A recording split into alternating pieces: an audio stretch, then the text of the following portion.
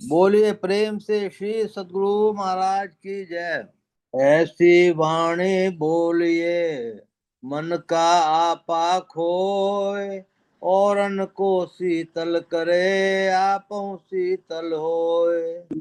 जग में बैरी कोई नहीं जो मन शीतल होए, या आपा को डारी दे दया करे सबको। हस्ती चढ़िए ज्ञान की सहज दुली चाडार, स्वान रूप संसार है भूखन दे झक मार। बाजन दे जंतरी कली तू कहीं मत छोड़, तुझे पराई क्या पड़ी अपने आप निबेड़।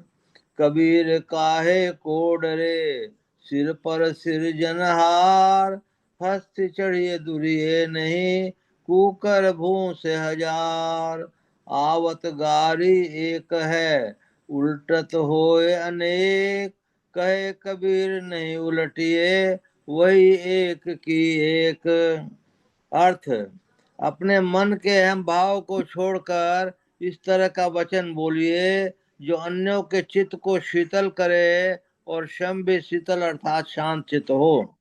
यदि अपना मन शीतल हो तो संसार में कोई भी शत्रु नहीं हो सकता, अथवा यदि अहंकार को छोड़ दो तो सभी जन दया करेंगे। श्रवण मन और निधिध्यासन रूप ज्ञान की हस्ती पर गद्दी डालकर सवार होइए। इस संसार कुत्ते के समान है, इसके झक मारकर भूखने दीजिए।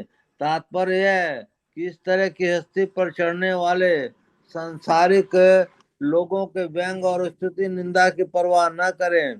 संसार में बाजाओं को बजने दें। तुम कलयुगी तमोनि विनिवृत्ति वाले लोगों से कहीं छेड़छाड़ मत करो। तुमको दूसरों के लिए क्या पड़ा है, अपने आप के निर्णय करो। संत कबीर साहब कहते हैं कि तुम्हारे सिर पर परमात्मा है, तुम क्यों डर रहे हो। हाथी पर चढ़कर दूर भागना नहीं चाहिए, चाहे हजारों कुत्ते भूखते हों। तात्पर्य है कि ज्ञान पाकर गंभीर होना चाहिए, उतावला नहीं होना चाहिए। गाली देने वाले की ओर से पहले एक ही गाली निकल आती है, गाली सुनने के द्वारा उल्टाए जाने पर एक गालियां हो जाती हैं। संत कबीर साहब कहते हैं कि यदि गाली श्रवणकर्ता द्वारा उसको उल्टाया नहीं जाए तो वह एक ही गाली रह जाती है। श्री सद्गुरु महाराज की जय।